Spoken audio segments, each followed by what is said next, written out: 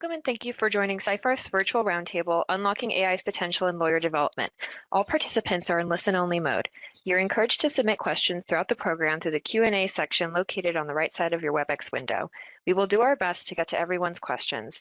Any unanswered questions will be followed up by email after this webinar. For those interested in the CLE credit, an attendance verification code will be read during the presentation. Please write this code down. It will not be repeated and it's required for CLE credit. Copies of this webinar recording will be distributed to attendees in the days following the webinar. At this time, I'd like to turn the program over to Steve Poor. Steve, you may begin. Thank you, Sophia, and thank you everybody for joining. I hope everybody's having a great day and a great afternoon. I'm joined by a wonderful group of panelists here to talk about the challenges generative AI poses for the development, formation, and training of lawyers. Let me introduce each one of them. I'll go counterclockwise from the screen as I see them. First off is Lorie Almon, my partner and chair of Seyfarth Shaw. Next is Andrew Perlman, who is dean and professor of law at Suffolk University Law School, one of the most innovative law schools in the country. Next is Leonard, who's the founder of Creative Lawyers, which is a consulting firm dedicated to helping innovation in law firms and legal departments, and is an adjunct professor at the University of Penn Law School, where previously she was Chief Innovation Officer for UPenn Law School. And Anusia Gillespie, who's the Chief Strategy Officer for SkillBurst Interactive. SkillBurst is an on-demand interactive training company designed for global legal market. Thanks to each of you for making the time to join and sharing your thoughts on this particular topic. We appreciate it.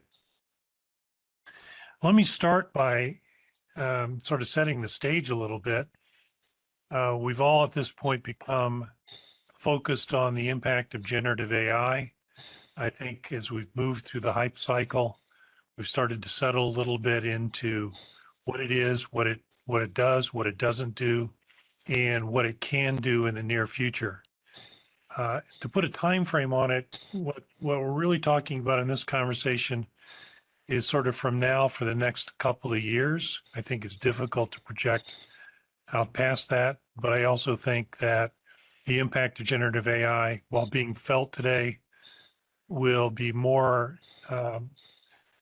felt more deeply in a couple of years. So with that, let me start. I guess I should also say the other part of stage setting I should mention is that I think we're all of the opinion that generative AI will take over some of the tasks that lawyers perform, whether it's enhancing research, whether it's creating first drafts, whether it's helping with document review, and that poses challenges in terms of formation for lawyers. So let me start with a very simple question, and I'll start, Lorie, with you. What does it mean to you to be a great lawyer, and has that changed with the advent of generative AI? Thanks, Steve, and thanks everyone. That's such a good question. I'm not sure it's such a simple question, but it's a good one, because I think there's so many facets to what it takes to be a really great lawyer. Obviously being smart is sort of table stakes, but it's really the ability to think critically and strategically, to see both the big picture and the smaller practical issues that your client's facing. It's the ability to solve problems through creativity and logical reasoning and discipline and practicality. And so there's that dimension. But then that's another dimension of the ability to elicit the right information, to have enough empathy and good listening skills and ability to relate to people to secure the information you really need. Because if you're analyzing the wrong problem, you're not going to get the right answer. So you have to make sure you're really able to figure out what it is you're trying to answer in the first place. Then once you get your answer, you have to have there's that persuasive dimension.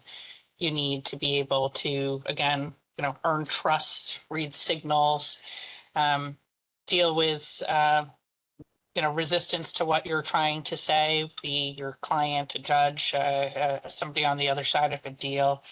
You have to be able to advocate with credibility. And then there's the other dimension. You have to be able to work as a team. You have to be able to handle frustration. You need grit. You need resilience.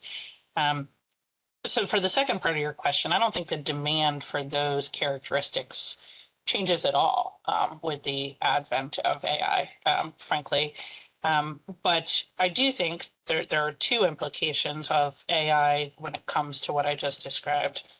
One, I don't know that we've always looked for lawyers with those skills, even though that is what it takes. A lot of times we've looked at, do you have, the highest ranked law school and the best possible grades, and sort of use that as a proxy for all these other things that actually are probably better predictors of whether you'll succeed as a lawyer. Two, how we've traditionally developed those skills as lawyers is probably subject to radical change because of the advent of AI. So fundamentally, what it means to be a great lawyer, I don't think changes much at all. But they're very human skills, and so luckily, those human skills are still very much in demand. But how we apply them in this new context may be very different. Reactions from the rest of the panelists. Do you agree? Disagree? I agree with almost everything that Lorie just said, including that is not a simple question at all, Steve. So we could have taken up the whole hour on just the answer to that question of what makes a great lawyer. And the only nuance that I would add is I think there are lots of ways to be a great lawyer. That all of the skills, very few lawyers have all of the skills that you just heard. And there are lots of ways to be great in different ways. And I think that will continue to be true. So I think all of the traits, all of the skills that lawyers have had to develop in the past are going to continue to be important. They're going to be important in different ways and perhaps in a different balance. But I do think some of the core traits that we look for in great lawyers will still be applicable. Anusia, Jen? I agree wholeheartedly with everything that Lorie and Dean Perlman have said. And I just I underlined and wrote down the word empathy, which Lorie discussed in her answer. And I think it's a really critical skill and mindset to be teaching our law students from the very first day of law school. In my personal opinion, we have a tendency to be very lawyer centric in the way that we think about practicing law, delivering legal services. And frequently in the classes that I'm involved with, we start with this very question: why do lawyers exist? And the answers at the beginning of the conversation are very much about the tasks that we do. We exist to write briefs and to draft memos and to argue in court. And it takes a little while for us to actually get to the word client or self-represented litigant or member of the public. And so I think that this is a huge moment of opportunity for us to really be amplifying the need for us to empathize with the people that we're serving, whether those are our corporate clients or they're people, most of whom are trying to navigate the systems that we've created for ourselves without us. So these human skills that we're talking about, I think in this moment of technological advancement, our humanity is what will actually set us apart and help us add value to the world around us. Anusia, how about you?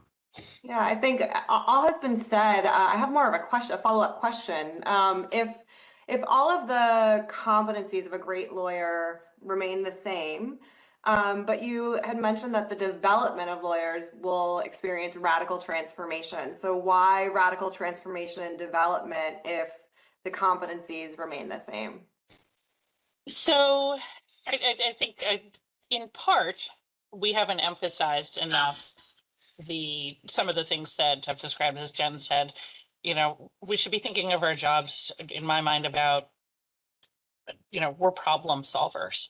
And how do you solve a problem? If you think about how you solve a problem in your personal life, it's listening, trying to understand, trying to empathize, trying to put yourself in someone else's shoes. And so there's probably should be greater emphasis on that than we've seen. And that's a good thing. And it's a moment in time to do this. But on sort of, I'll take an example of learning the nuances of privilege if you're a litigator.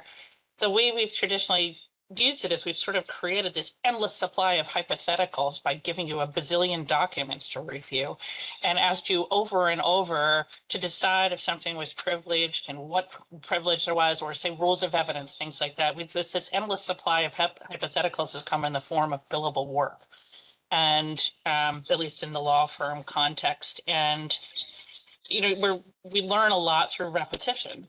Any skill you try to learn, it's like you try to learn how to make a souffle, you watch a YouTube video, you don't really know how to make a souffle. You know how to make a souffle when you try to cook it and it falls and you mess it up and you realize you forgot an ingredient. And over time, you learn by doing. So some of that repetition may go away, I think. And, if you want to get that Malcolm Gladwell sort of 10,000 hours, if we've removed the need to review those bazillion documents, we've got to find another way to get you the repetition, the practical application, the trial and error that maybe is no longer baked into some of those repetitive tasks. That's at least my thinking. Right. So let's move to let's start at the beginning with law schools. And I'll start with Dean Perlman. Dean, has the purpose of law schools changed? How does generative AI affect the methodology by which you want to attract and train aspiring lawyers? So the purpose of law schools has not changed. The purpose is still to prepare law students for the practice of law. The way we go about that, I think, is going to evolve. And the skills that we teach, I think, in addition to the ones that we were just talking about, there will be new skills, new competencies that we expect future lawyers to have. So the answer to your question, Steve, is that I think law schools need to do a lot of what we have always done, but then in addition to that, teach students what I like to call a new kind of issue spotting. So historically, we have taught students to spot a variety of subject matter issues like contracts and property and torts. And when you see a fact pattern and you're talking with a client, you can identify the kinds of issues that the client has. What I think law schools are going to have to do going forward is teach students how to spot how to deliver legal services in new ways, so that when they're out in practice and they are encountering a particular kind of service, that the issue that they're spotting is, I can deliver that service in a better, faster, and cheaper way using innovation and technology. And I know that because I was exposed to that in law school. Not that they necessarily are going to be using the same innovative methods or the same technology, but the concept will be there. And so what I think law schools will necessarily need to teach students going forward is how to think differently about legal services delivery. Not instead of all of the traditional skills that we have taught, but in addition. I think that that's going to be an imperative. I think a number of law schools are already doing it. Certainly we're doing it at Suffolk, and we have been doing that for a number of years. And I think that's only going to increase in importance. Jen, let me pick up on something you said, which is the need to teach empathy. It's been a long time since I've been in law school, but I don't recall that being one of the courses I took. How does one do that? I don't disagree with your point, by the way. Sure. So how do we try to gain the perspective of the people that we're serving? And I think, I've only had the ability to deploy this in the classes where I've been involved, but one class that I teach and co-teach with others from the School of Design and from Wharton is a design thinking class. And in that class, we really begin by doing a whole series of activities, including empathy interviews, field observation. So to make it more concrete, last semester, we spent time in the Philadelphia Municipal Court, which is supposed to be the people's court where people can represent themselves in matters under $12,000 in dispute. But the reality is that most of the people on the plaintiff side of the V have lawyers and law firms, and most of the people on the defense side of the V do not, and the outcomes reflect that disparity. So we had students go in and interview the self-represented litigants, interview attorneys from community legal services, interview the judges and their court staff to understand what their experience actually is like, and then to spend time actually walking through the courthouse to see how easy it is to navigate, and to sit in the back of the courtroom instead of the front of the courtroom where they might do an oral argument, and see what it feels like to not necessarily be part of the fraternity of lawyers in the front of the courtroom, and what that makes you feel like as somebody trying to navigate the system on their own. So I've learned a lot from my colleagues in other disciplines that have been doing this much longer, I think, than lawyers have. And I think maybe to add to Dean Perlman's answer, a direction the sort of legal education realm has already been moving in, I think will be accelerated, which is the integration of more multidisciplinary opportunities in law school to bring in frameworks and perspectives from fields that have either been forced to change, like the healthcare industry, or who are actively focused on change as a discipline, like business. And so I think there are a lot of different trends in those places that we can bring into our classrooms and not have to try to reinvent the wheel ourselves, which is something I think lawyers tend to try to do when there are easier ways to do that. How do you use the capabilities of Gen AI as a teaching tool? I know every professor probably does it a little bit differently, but I'm sort of picking up on Lorie's point about the elimination of sort of the task-based learning environment, which is more applicable to practice than it is to law schools, I think, but nevertheless is applicable to law schools. As Gen AI begins to take over some of the tasks lawyers are performing, how do you approach its use as a tool, as a teaching aid? I think from a law school perspective, you want to see professors adopting lots of different approaches. And I think for some professors, it won't play a role at all. And they will continue to teach in traditional ways.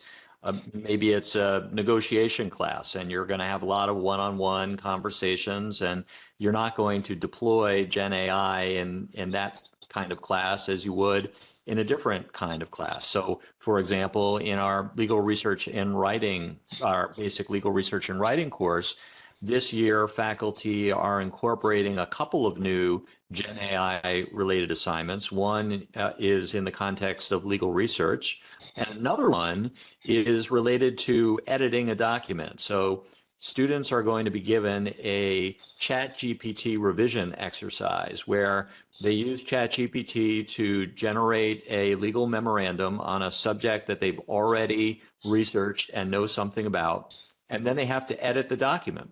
And that's a valuable skill, first of all, because editing is incredibly important and probably is going to become even more so with Gen AI.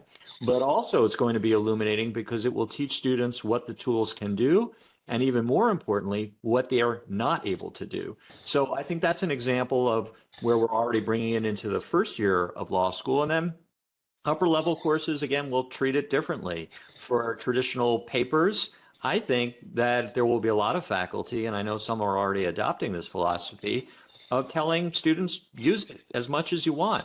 As long as the paper is well thought out, well expressed, carefully researched, that's what matters. How you use the Gen AI tool is up to you. And I think that students are going to have to grapple with it just as they will have to grapple with it as professionals. So hiding those tools from the students is not going to do any good. So I think there's going to be a lot of different, there are going to be a lot of different approaches to how to use Gen AI in the classroom. But one thing is clear, we're going to have to introduce it in the classroom. Jen, how are you seeing it used at Penn?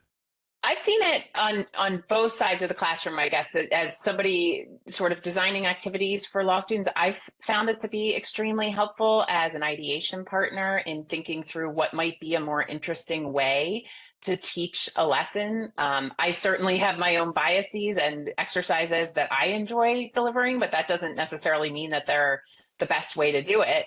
And the earlier version of ChatGPT was not particularly creative, and the later iterations of it are actually extremely helpful. And if I ask it to generate 20 different ideas for running a 2-hour exercise that teaches empathy interviewing techniques or ways to ideate or prototype a design, maybe half of those are really terrible ideas, and half of them, maybe have a kernel of potential there that I can build upon. And I think we'll talk a lot today about lawyer development, but I think the good news is that for experienced lawyers and experienced professionals in any realm, this is just a turbocharger for everything that you're already able to do, because you can apply your expertise and see where the limitations are. But on the other side of the classroom, I guess that makes it sound divided, but on the other role in the classroom as a student, I get the opportunity to teach a class specifically on generative technologies with Bridget McCormick, and Dean Perlman was kind enough to join us for a demo and discussion about these issues. But they are excited to test these tools. And it's a really interesting time to be a law student, I think, because for our entire lives, the people who are teaching us were the experts and knew pretty much everything there was to know about a subject. And now we know very little. And we have the opportunity to all learn together. And one example is I had an idea in mind. I still believe this, that there are real opportunities to strengthen formation through the use of generative AI as a coach and a tutor. But we worked together to test this, because a theory I had was that instead of just giving 1Ls a sample model exam from the year before and asking them to sort of self-educate and figure out what works well about that and replicate it, we could use retrieval augmented generation and upload some sample exams and have the students practice and get feedback. Again, I was biased in thinking that was a great idea, but we actually worked together to test it. And the students found that one platform worked really, really well in that way, and another was actually terrible. But having us all work together and come together and figure it out was both illuminating and also, I think, really fun for everybody involved, including me. Let me pick up. I want to keep coming back a little bit to the point Lorie made, because it fascinates me. This question about the task-based training, whether it's in law school or whether it's in the practice, because that's certainly how I was trained and developed as a lawyer. It was an apprentice structure, frankly, where I went and I looked at documents and I wrote deposition outlines and I wrote briefs, and that's how I learned to manipulate facts and how I learned to not manipulate facts. Lawyers don't manipulate facts. Synthesis. Here at Seyfarth, we don't do that. We don't do that. Synthesize facts and analyze fact patterns and apply them to the law. A lot of that is going to be done, I know Dean Perlman, the editing capabilities are enhanced, but a lot of that is going to be done by Gen AI. How do we want people to fill these characteristics that Lorie and all of you defined? How do we get them there if we don't have this volume of work, the volume of hypotheticals that we get? Anusia, let's give you a chance to jump in here, because this is your business. Sure. So I think this is where new training and development, Lorie, to your point and your answer to my question at the beginning, is going to come in, is we're going to have to get a lot smarter in the way that we're training lawyers. I think probably the amount of task-based work given to lawyers now in the name of training might be too much. So this might actually help us kind of right fit the amount of purposeful training that we deliver versus learning through tasks and billable work. I've already seen some simulators, so a moot court simulator that's trained on SCOTUS decisions, a feedback simulation that people can use to deliver feedback to a simulated associate, and then you're kind of scored on your ability to provide that feedback. So I think we're getting smarter in the tools that we're developing. And then to your point, that we're going to have to create all of the hypotheticals versus just kind of have them at our disposal. So for us in our business, in e-learning and development, it's an exciting time, because I think that there's historically been an underinvestment in leadership and development of lawyers. But that's been because there's been this volume of work that has trained them. Lorie, what do you think about that? Yeah, I mean, I think Anusia's coming right in on the issue is, you know, you do need something more than the I'm going to talk at you and hope very much that you learned it. And it's instead an interactive exchange. And a lot of legal education has been I'm talking at you. I mean, the law school entire model of I'm going to talk at you for 3 months. You'll get a chance to talk about it some, and then I'll test you once, and you'll find out whether you've completely misunderstood the last 3 months. You know, I remember not liking that part of law school very much, and I think that's really evolved, and you see so much more interaction and dialogue now at the law school level, and it probably also applies, you know, in law firms very much is. We can't just talk at people and expect them to learn. We have to give them the opportunity to interact and engage and try and fail and modify and learn and then fail again. And so the more we can develop alternative ways to practice, the better. But I really think it's doable, even in this apprentice setting that you see in lawyer development, because, you know, Steve, we had chatted about this one time. You know, I never went to medical school, to state the obvious, but I'm sure neurosurgeons, you know, don't practice on real people while they're doing surgery. Like they must find other ways to practice before they're actually doing brain surgery, right? And so there's ways to teach a very practical skill that requires a lot of learning and development and trial and error before you're in the real life setting. So I think law can probably do that too. We don't have to make people learn on real clients. But they can learn at the same time that they're practicing law. Yeah, and just to build on that, I remember when I started off, and Lorie had referenced the discovery process, and certainly when I graduated from law school and got put in an office going page by physical page through documents looking for what was relevant and privileged and subject to the work product doctrine, it was painful. One of the reasons I think I went into academia instead of sticking it out as a litigator. But the idea was e-discovery came along and took a lot of that work away. But yet somehow litigators still understand discovery, even though there's a lot of automation to the process. I think Gen AI may have a similar effect, that there are certain tasks, as we've been talking about them, the 50-state survey, the first draft of a brief or a memo, that lawyers won't have to do anymore. And you know what? Good riddance. I think that's probably a better use. There's a better use of lawyers' time. And so maybe a first draft will be created by Gen AI. Lawyers are still going to have to apply careful analysis, synthesis of facts, not manipulation, and really making those documents as powerful as they can possibly be. So it's going to shift a little bit about what lawyers do. I don't think it's necessarily going to cause a great atrophying of lawyers' abilities, or at least those skills that we most highly value. And if I could just jump in, I completely agree with everything Dean Perlman and Lorie just said. And I would add that it requires the institutions that really want to make a strategic advantage for their business or for their educational environment right now.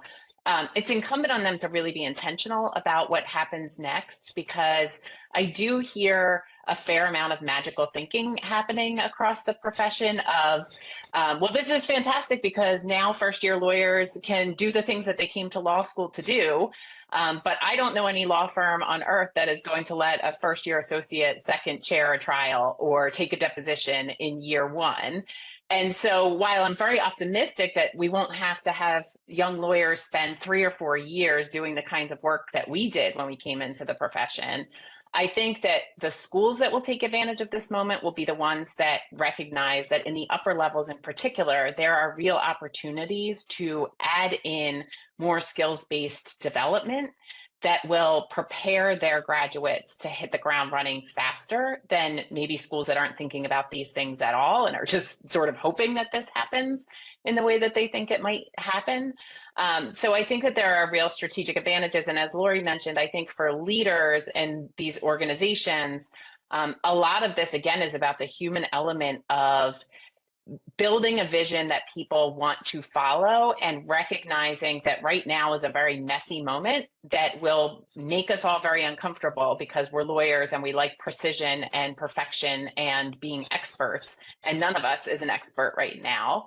But knowing that our leadership expects us to pilot things, experiment, and learn as a result is a huge step in the right direction toward people feeling less fearful. And I think the organizations that are permeated with fear are the ones that will lose out in the end because they won't take any risks and they won't learn much of anything. But you're doing all of that in environments that are very tricky to pilot programs within. So I think that's where Anusia's work really is so important in helping develop this connectivity between employers and law schools and sort of bridge that gap between education and practice. Yeah, and it's such a messy moment and it's uncomfortable, but it's also, there's sort of a great equalizer happening right now because nobody's good at this. So anybody can be good at it in the future, right? And so it gives you that opportunity to say, let's seize the moment and really, move to the front, on the forefront of either legal education, lawyer training, practice of law. So if you look at it through that other side of the coin, with that other side of the coin in mind, it's a pretty exciting time, I think. Yeah, on that point, this is a really great opportunity for law students. There's a lot of hand wringing. What is this going to mean for future lawyers and employment opportunities? I think the employment opportunities are fantastic. If you think about the way we have done it historically, law firms would hire newly licensed lawyers and train them up because they weren't able to do much. And that was a big investment for a law firm. But so many law firms right now are struggling to figure out what to make of Gen AI. They are going to really want a next generation of lawyers who know how to use these tools to their advantage and are going to make them better lawyers than perhaps some of the more senior lawyers who are going to struggle with using these tools. So in some ways, there's an opportunity to flip the traditional training narrative. That's right. It used to be the employers who would go and have to train the newly licensed lawyers. Now, if you're learning these skills in law school and the law firms value it, or the legal employers value it, but don't know how to do it yet, you could be teaching people at your first place of employment. So I actually think there's a really great potential for law students today to take these skills and run with them. Yeah, I think it's true on the other side of the equation too. I think there's a huge opportunity for employers to distinguish themselves for students who are comparing where they'd like to start their career. If I were a rising 2L interviewing with a host of different firms and I asked a firm about what they're thinking about Gen AI and they're not thinking anything, that would alarm me as somebody who is entrusting them with my career. And I think the other exciting thing about this moment, and I think Dean Perlman, I've heard you talk about this before, is that the very early studies are showing that generative AI can help support people who are less naturally inclined to be strong writers from the outset. And I think there are huge benefits across the board there to have students. I was certainly one of these students where brief writing, memo writing was not my strongest skill set. I really enjoyed the problem solving aspect of being a lawyer. And maybe there's an equalizing effect there where we have more students coming out of law school who can contribute more diverse skills than the ones that Lorie mentioned at the beginning have traditionally been like the hallmark of success, being on law review or having a clerkship or being a fantastic legal writer. So I think that's really exciting as well. Yeah, and also to this point might be attractive to a group of people who might not otherwise have thought about law school because they were a little put off by the writing nature of it, that maybe that wasn't their natural strength. And to your great point, Jen, they're going to be great lawyers because they have so many other wonderful skills to bring, from problem solving and good judgment, good communication skills in other respects. And we've lost out on that talent in the legal profession. But now it won't be quite as off-putting if you have these new tools where some aspects that we've historically prized are not as valued anymore. So it could be a net positive for the legal profession in a lot of respects that we don't currently anticipate. And one other piece of that, maybe, I talked about the endless supply of hypotheticals. Well, maybe clients aren't willing to pay you now to do manually what could be done by AI for a routine, repetitive task. But speaking of endless supply, there's an endless supply of people who are not getting legal resources at all, who are underrepresented, under-resourced. And if you take that, we say, hey, okay, people still need to practice taking depositions. We just think that's something you just need to do in real life. Well, gosh, there's a whole huge array of people who need our legal services. So maybe this is great for the legal profession too, as we start helping many more people who need our help. And that's how we get some of that training and capability. Let me flip the question a little bit, because as I'm sitting here listening to you all, I'm also thinking about the impact on the more experienced lawyers. We've been focused a lot on law students and less experienced lawyers. How does we're looking at the more experienced lawyers now to do different things in terms of their ability to develop and train younger lawyers, but also to learn how to use the tools themselves. Do our expectations of experienced lawyers change? And if so, how do we support that change? Question for anybody. I mean, I would, if I were an experienced lawyer, putting aside the business model challenges, which is a huge thing to set aside, but I would be so excited right now because, as we talked about, I mean, I think at least sitting here in December 2023, the group that probably benefits the most are experienced experts who can use these technologies as a thought partner, as an efficiency provider, being able to generate first drafts of things that maybe before you had to work with an associate who had no experience doing that work, maybe you can do it much more quickly. So I think for experienced lawyers, I don't know that the expectation will change other than to be more efficient, which will add pressure that already exists on lawyers to be faster. But I think in this case, unlike the last 20 years or so, there are actually tools to help experienced lawyers respond to that pressure. Well, I agree with you in terms of the use of the tools, but are we going to expect something different from experienced lawyers in terms of their development of younger lawyers? They can no longer default to go look at these boxes of documents, go, read these depositions and write briefs to develop the skill sets we need. I would anticipate that we're going to be putting more demands on experienced lawyers to help develop traits like empathy and judgment and analysis, and it's going to require more effort than perhaps it has before. I agree with you, Steve, that, sometimes our incentives in the way the pricing structure and what have you works within at least private practice, the incentives can be about, just get as much work done as you can possibly do and generate revenue. And maybe that's part of the reason I think lawyers tend to be pretty lousy at feedback and instruction at the senior level, but that ability to instruct, and that's a concept others have developed, but that ability to instruct right now, human to human, human to machine, becomes so paramount in this moment. And so, the hope would be that this frees up senior lawyers to work at the top of their license and frees up some of that time, which ought to be channeled in instruction and training and mentoring and sponsorship. Because that you don't develop judgment overnight. You just don't. It's a constant evolution from probably the day you first walk out of law school to the day you retire. I think it's just going to be more incumbent on senior lawyers to help more junior lawyers grow and learn in this time of change, where we're not really even sure how to teach, because they're not going to learn the way we learned. But time and effort and empathy and focus is almost always the solution.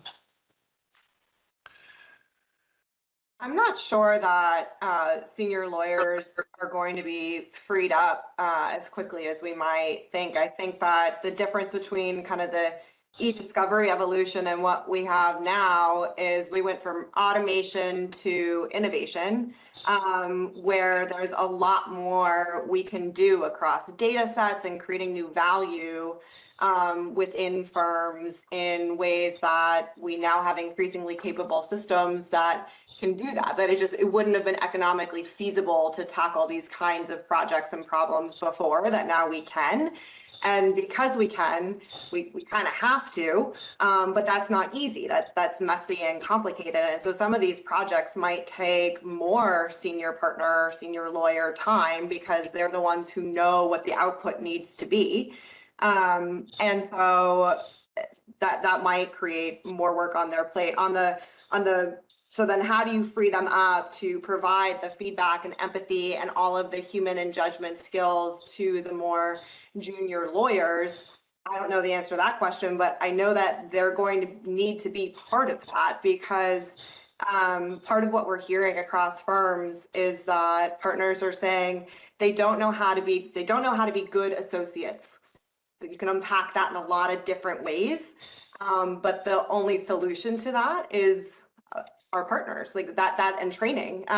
So they're not coming in exactly knowing exactly how to be good associates. So we need to solve for that through human interaction. And I'll just share an anecdote from one of Jordan Furlong's recent articles, where he opened it up, explaining that there was an associate who needed feedback from a partner, or more information and context. A kind of assignment was dropped on the associate's desk, and they needed more context for the assignment. They were trying to get the partner's attention, trying to get more information, couldn't get it.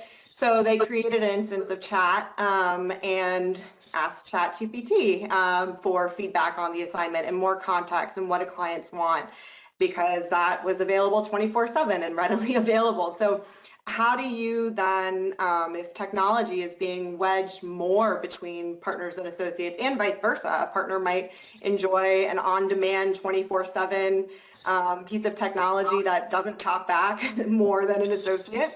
And so if those technologies are getting wedged between the partner and associate relationship, but the associates need partner mentorship maybe more than ever, I think that's kind of a lot baked in that we need to solve for.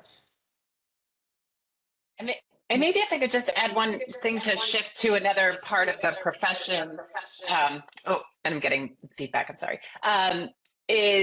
We're thinking, I think, about a leveraged business model where we have lots of associates supporting a smaller number of partners, but I see real benefits for experienced lawyers in other parts of the profession, like on plaintiff side, small and solo practitioners, businesses that are virtually impossible to run these days because of the dynamics in the environment. If I were a solo practitioner, if I were in a boutique firm, if I were on the plaintiff side, I would be thinking in every possible way about how to leverage these technologies to level the playing field so that I can advance more claims. And then to pick up on the good points that everybody else has made about the civil justice crisis, I think one mindset in law school that we should be integrating more fully is entrepreneurial mindset and systems thinking.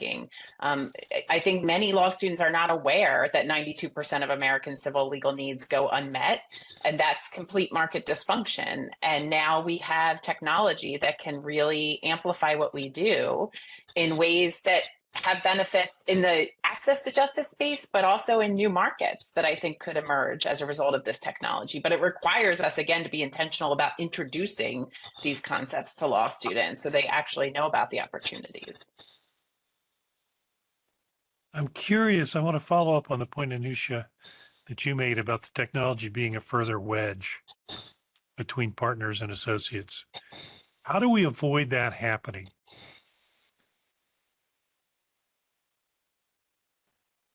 Very good question. I do not have an Well, answer. you raised the problem. Don't raise the problem without having a solution. I know, that's what we're in the messy phase right now, where we're at least being able to identify and look forward to some of the problems. And I guess the further compounded problem is if partner time is even more taxed, then how do you solve for that when that's the most important mentor and voice to a young associate? So I'm sorry, I have not figured that one out quite yet. One answer is certainly not a complete answer, and it might not even be the right answer. It might not play out this way, is what I was alluding to earlier, which is if law students become expert at using Gen AI in the delivery of legal services and experienced lawyers are less so, then the idea is that what the technology won't come between the senior lawyer and the junior lawyer. Rather, the junior lawyer will be the way in which a senior lawyer is best able to leverage these technologies. So I think that there is a model here where senior lawyers in a lot of law firms are just not going to want to train up on the latest tools, and they're going to need people who are able to do it more effectively than they can. And so it actually, rather than drawing junior and senior lawyers apart, might actually bring them together in an interesting way that we've never experienced before. At least it's a plausible scenario. Yeah. And I think sort of building on that, I agree fully. You're never going to bring along every senior lawyer who's been doing something one way for 30 years and is no longer not interested in making a radical change. But there's also there's a lot to be gained if you can get people to think about this moment in time. This is not just a fancy search engine. We have Lexis and Westlaw already, right? And that's not what this is. But this is about a fundamental shift in the delivery of legal services, and you ought to be thinking about it from the perspective of the high vantage point where you operate, not thinking about how the first drafts and the discovery process can necessarily be done more efficiently, but how can you really address your clients' unmet needs through this? And if you get lawyers, partners or senior members of the government or the judiciary, thinking about this in a more sophisticated way and really thinking about what this AI can actually do, then you maybe grab their attention. Because if I think of it as just something that substitutes for second-year tasks, I am less interested in it because I wasn't doing that anyways, and I don't even remember how to do it. But if I think it's about my client's current high-level, board-level problems, it's about how the judiciary could operate differently. Think about it at that strata. Maybe you really capture the senior partner's attention. And if I could build on something that Dean Perlman started to think about is the real opportunities here to fill in for a lot of the gaps in law student experience, in junior lawyer experience. I don't think that if Gen AI had never come on the scene, that law firm partners and law professors would magically have a lot more time to be learning how to be mentors, learning how to give more formative feedback. So now we're operating in a world where we can fill in a lot of those gaps, I think, as the tools become more sophisticated, so that the associates or the law students, many of whom really don't want to bother busy people who are experts with questions that they don't know, will then be able to engage with experts around the higher order thinking involved in a representation or in a legal concept that they're grappling with in class.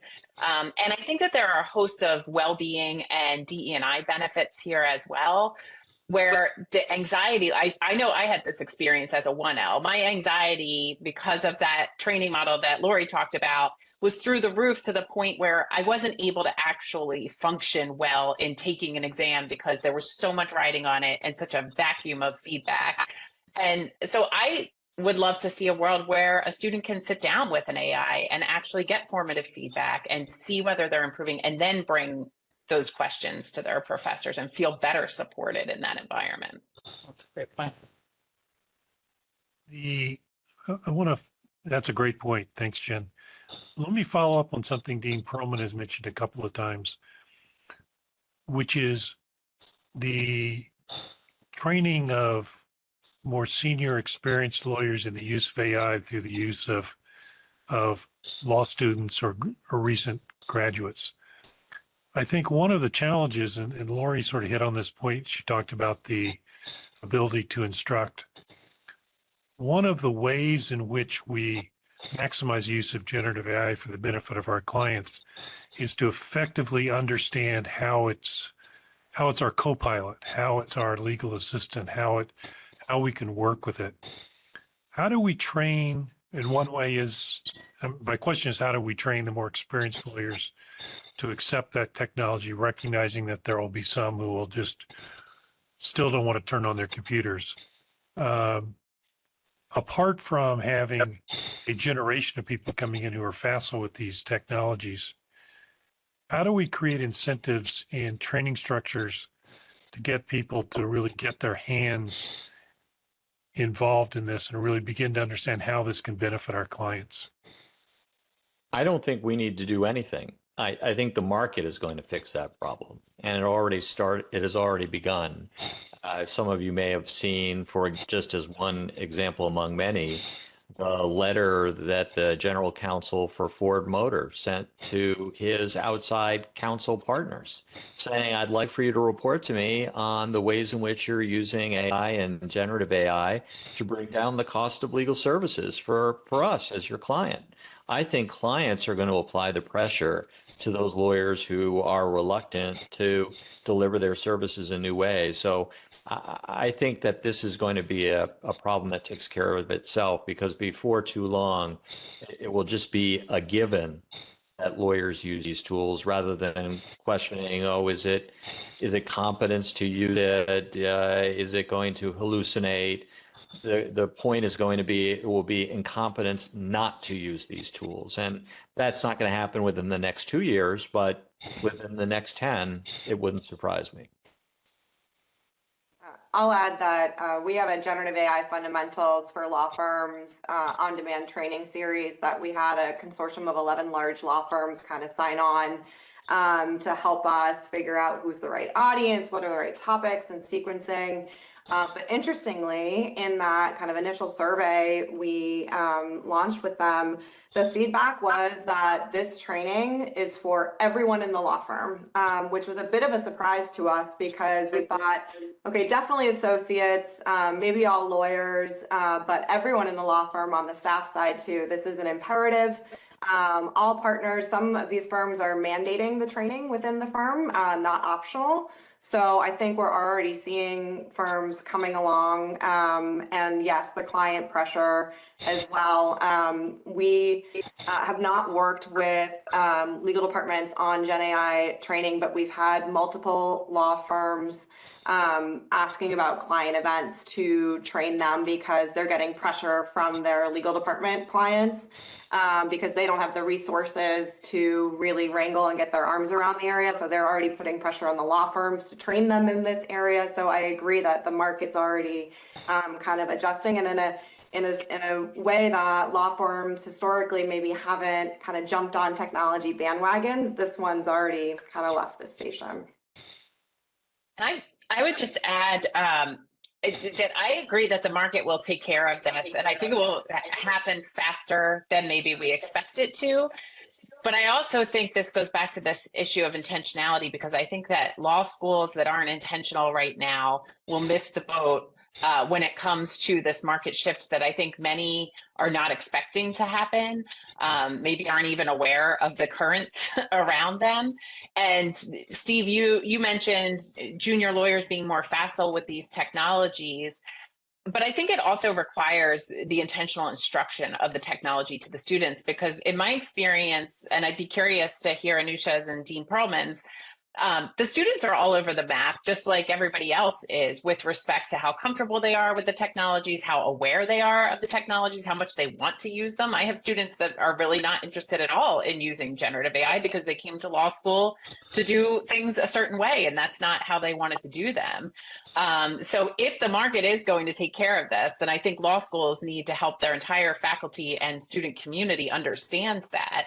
and work together to figure out where it's appropriate to integrate the technology into their classes. And I think to Anusia's great point, I think this is a moment, and the window is closing quickly, where law firms can co-design with their corporate clients what the future looks like here, because most general counsel I talk to are having the same reaction that Dean Perlman's talking about, which is I am not going to pay in a couple of years X number of dollars per hour for somebody to do this, but I'm not sure exactly what that looks like. So for the firms that have affirmative outreach to their clients who are also trying to figure this out, I think there are huge benefits there in the long term. Just to piggyback on what Jen said, she's absolutely right. There's this myth of the digital native that just because someone is really good with emojis, that somehow they're going to be good with Gen AI. One thing has nothing to do with the other. So you're saying we have a chance still. Yeah, and also a really good point that not every student really is embracing this. I've got 3 college-age children. None of them are as fascinated by Gen AI as I am. In fact, a couple of them actively resist it and want to have nothing to do with it. And so I get that. It's not just because you are younger, you necessarily embrace it. So I do think law schools not only have an opportunity, but an obligation to help students understand the importance of learning these new tools that are going to be available to them and that they will be expected to use, just as we have long taught the transition from shepherds and doing the pocket parts in the back of the book to learning how to do that online. We're going to have to teach students how to generate content and information and legal documents using these new tools as well. It's just going to become table stakes. And if I could add to Dean Perlman's point, one dynamic I've seen with my students too, which I found interesting, is they're very frustrated when it doesn't work well the first time. And I think it's because they're used to much more advanced technology than we were when we were in that era. And so in our class, a lot of our work was helping them understand that they need to train the models, that they need to push them and reprompt, because they would come back to class and say, this didn't work, and here were all the flaws, and this is why we can never use this technology to do X. So I think there's education across the board about how to actually engage with the LLMs. I see that all the time, including among lawyers who say, well, this is junk. It can't do anything for legal services because look what I asked and look at what I got as a result. So people are really quite uninformed about how the technology works. And I think it's even, maybe even bigger than that too, in the sense that, we're a profession that is conservative. I don't mean politically, but just sort of conservative. We rely on precedent. Everything we do it because we think someone did it before, and we try to tie it to the past always. We don't like change. We're wired to think about everything that could go wrong. That's sort of our job, is to spot all the risks. And so you're trying to get this whole entire profession to have a mindset of, let's try things, and it's okay if we fail. It's okay if it doesn't work. And let's think about the future, and let's think about things that never happened before. That's a real fundamental mindset shift that would probably incumbent on all of us to collectively try to influence. I think that's right. In the last couple of minutes we've got, we got one question in advance that I'll pose to the group. And in essence, the question is, and Anusia sort of hit on this when she talked about simulations in Jordan Furlong's article, which is the development of generative AI to become an actual substitute for human teachers. You actually learn from a training tool. What's your reaction to that, and how do you see the technology going in that direction? And if so, how do you think that would be received either in law schools or in a corporate or law firm environment? So yes, it's absolutely going in that direction, and there are already some tools available. Just as Salman Khan of Khan Academy and Khanmigo, which is deploying Gen AI for helping students learn on their own. I think that's going to accelerate. But I think the short answer to your question is that it's going to depend.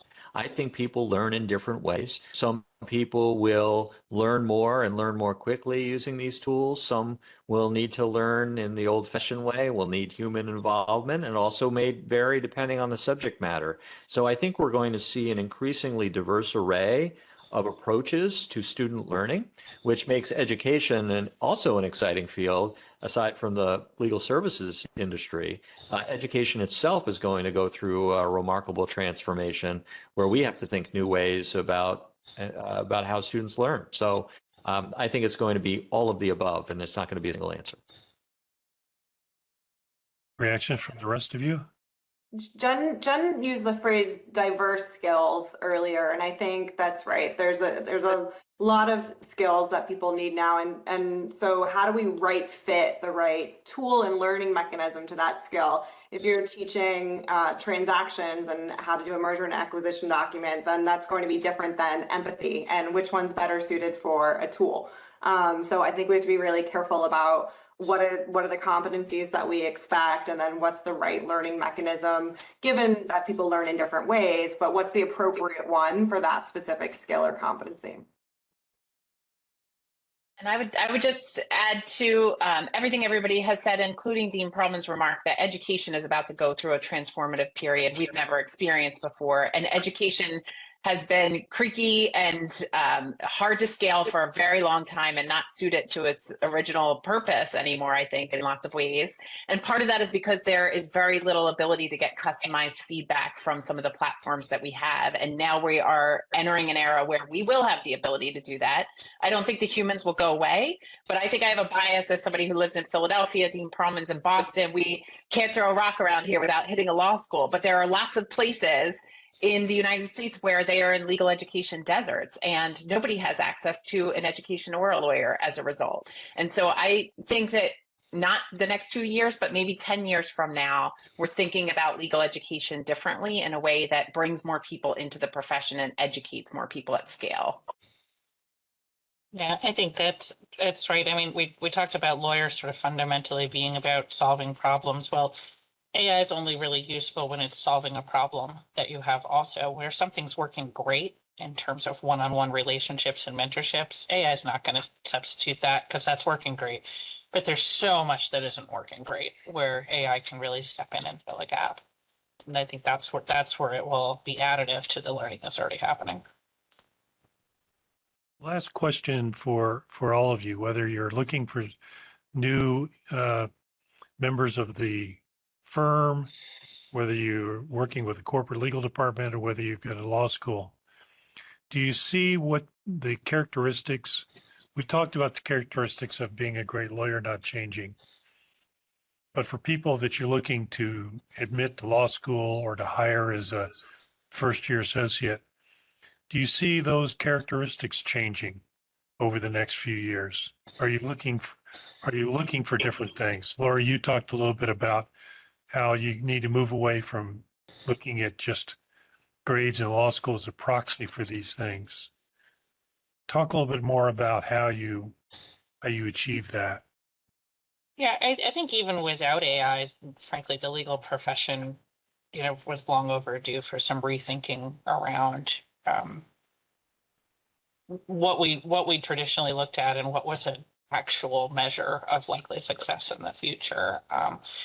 And so, I think we have to marry the skills we want with what are the predictors you're going to have that. So what are the kind of things that show you have the ability to work well with others, to solve, to have patience, to think critically.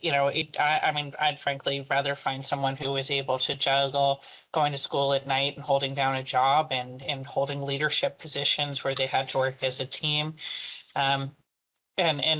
That may be a better predictor of having what it takes to be a lawyer in this new environment where you have to juggle and be flexible and anticipate change and the like. And not to say that we want the best and the brightest. I think just what we saw was a proxy for best and brightest might not have always been right.